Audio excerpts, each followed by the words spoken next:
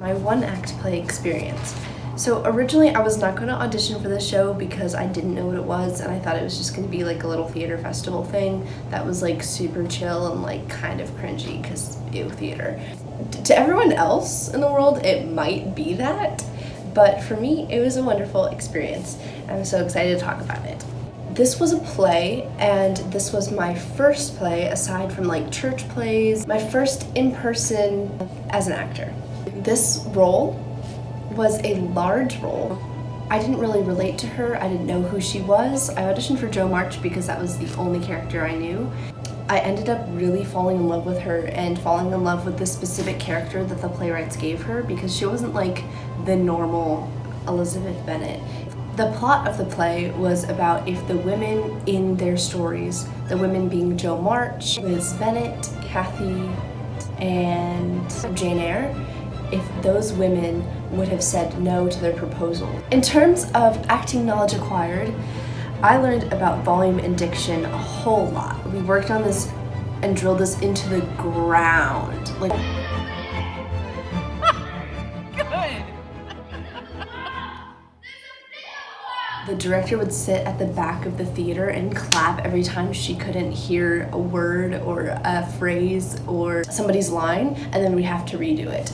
And it was over and over again, and it was like a drill camp every single day. We worked on volume and diction a ton. I got to work on accent work, which was really cool. I never had an accent before other than Morticia being kind of a sensual and slow voice. I actually had a British accent, which was very cool to work with and learn about. I just went Australian. Accents affect how audience members can hear the word. So doing a impressionable, good accent, I had to make sure that it was understandable. I also learned how to say one line 100,000 different ways. We had a clinic, which I'll talk about later, that basically told us that it couldn't be how it was, how we're performing it in order to advance. And so we changed the whole genre of play in order to fit what he said, and basically that meant that every single line had to be said differently, which took a lot of skill and time to figure out how to do, but that was a good thing to learn how to do, is to be able to say one line several different ways and have it mean something different.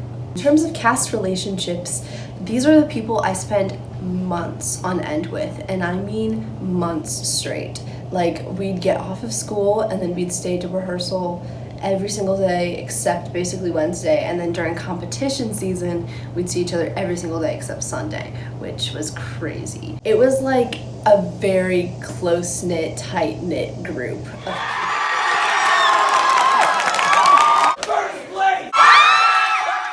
always wanted to go to rehearsal. Like, there was never a day when I was like, oh, I gotta go to rehearsal. Like, it was something I looked forward to in the day, and I always wanted to be with those people.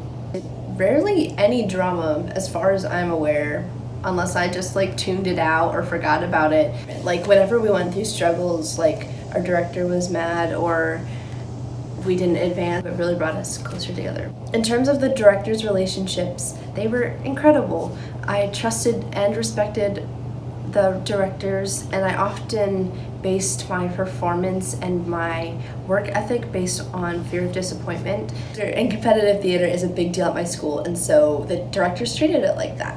In terms of tech knowledge acquired, I learned a lot about lighting cues and finding my light, because whenever you go into a competition, they have to program the lights, and so when you're on different stages, it will mean that your light will be in different places every time. There were a lot of obstacles that we had to dodge and deal with, like sound going out and stuff, and like a ton of quick changes, and it made me appreciate the tech so much. In terms of consistent relationship building, some have not maintained since the show, and others have continued and strengthened with the competition, and some have just not. It was a very specific environment that has changed since that time, if that makes sense. In terms of overall work environment, the stakes and expectations were so much higher, and For Addams Family, they were high. I put them very high for myself. There was a whole new level of it because there was competition with other schools and other directors and stuff. And I had no idea going into this competition, competitive theater, that it would be this, like, intense. The overall work environment was also interesting because we had clinics, which I talked about a little bit earlier. They're super cool because we got to travel to different schools and a college even to get to perform for some of the directors. And that was a really interesting experience to get to perform on so many different stages. I did a terrible job explaining this, but basically clinics were where you would go to a school, have a clinician watch your show, and then get a critique back about how your show is looking and what you can do to improve. This had nothing to do with the actual competition, more of just what we could learn and change about our show before the competition. It was difficult, but it was really cool to be able to transform a show into different spaces, something I've never experienced before. In terms of work environment as well, the tone was stressful and tight. It was cool to see us pull through together from the beginning to the end through that stress. And everyone was willing to put in that work, which was really great. There were some problems with time commitment. It was a huge time commitment, and sometimes I didn't even get to eat. I had to eat my 8th period class, and it wasn't just oh, I'm doing this because I want to be really good and be really professional. It was no, you have to do it in order to be really good and really professional. It was kind of a requirement in a way. And so some of those politics affected me physically and mentally because it was just something we had to survive. There was many days when I was there's a lot going on. You just had to make a lot of sacrifices. Let's see how long I've been talking. 11 minutes? 14 minutes? Whoa! Personal growth, I gained my voice and I gained confidence, and I took every moment as much as I could to eat up the knowledge and take in the experience, because even when I was in it, I was I know nothing will ever be like this moment. It was so crazy. And as I've talked about time commitment and as I've talked about the close relationships with people, those are experiences that I have never had before, and I don't think I will ever replicate them. And it's just so cool. In terms of my outfits and the set, there's so many things to talk about. But the set was created by our technicians as well as the technical director, and we got to put it together. We got to assemble it in 7 minutes and then take it down, and it was really cool to get to build the show literally from the ground up during the process of the show. I've never experienced anything like that. It's so neat. And it really gave us a lot of connection to the show and to the story when we got to make it ourselves. I had some pretty fire outfits. My costumer since day one has been amazing and so talented. My first outfit was my Elizabeth cape, this look. So cute. I absolutely love the look. I don't like green, but somehow Elizabeth pulled it off. There was also the Amy fit, the Amy Lawrence March look, and she's pretty cool. I love her character. I got to play a different character other than Elizabeth. And then finally the cocktail scene, the final cocktail scene. The green dress, I'm gonna take it home next year. I'm so excited. It's so pretty. Overall, if you haven't been able to tell throughout this whole video, I just enjoyed my process so much of creating this show from the ground up and being a part of this unique experience of competitive theater. It was something I didn't even know existed a year ago, and it was just such a huge opportunity for me as a human and as an actor to better my craft and to better myself. That was one act. I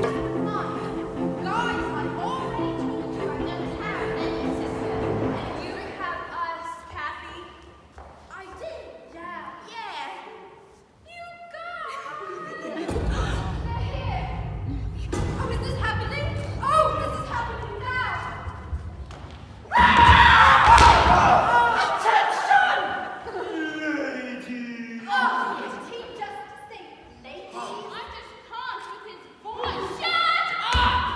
shut up! We have found you out! Show yourselves to us, or be forcibly removed from your hiding spots! This is ridiculous! And we couldn't have done it without our most important informant. Mother! I'm afraid it is so. Mrs. Mom is a traitor. Well, you know what I am. I'm a mother, and mother does know best. And when the incredibly rich neighbor boy wants to marry my daughter, and she refuses him. Jokes are made at the expense of slutty sisters! Jokes are made at the expense of oversensitive men! Threats are made of the burning of houses, of stories of cross and half. It's a terrible thought. It would turn out. How did you think it would turn out? How did you think it would turn out? I don't know. Better than this. Leave us, all of you.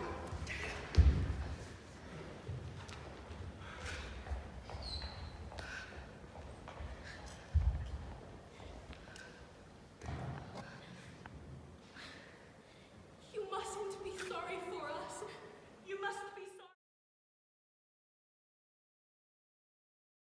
We were so worried about you.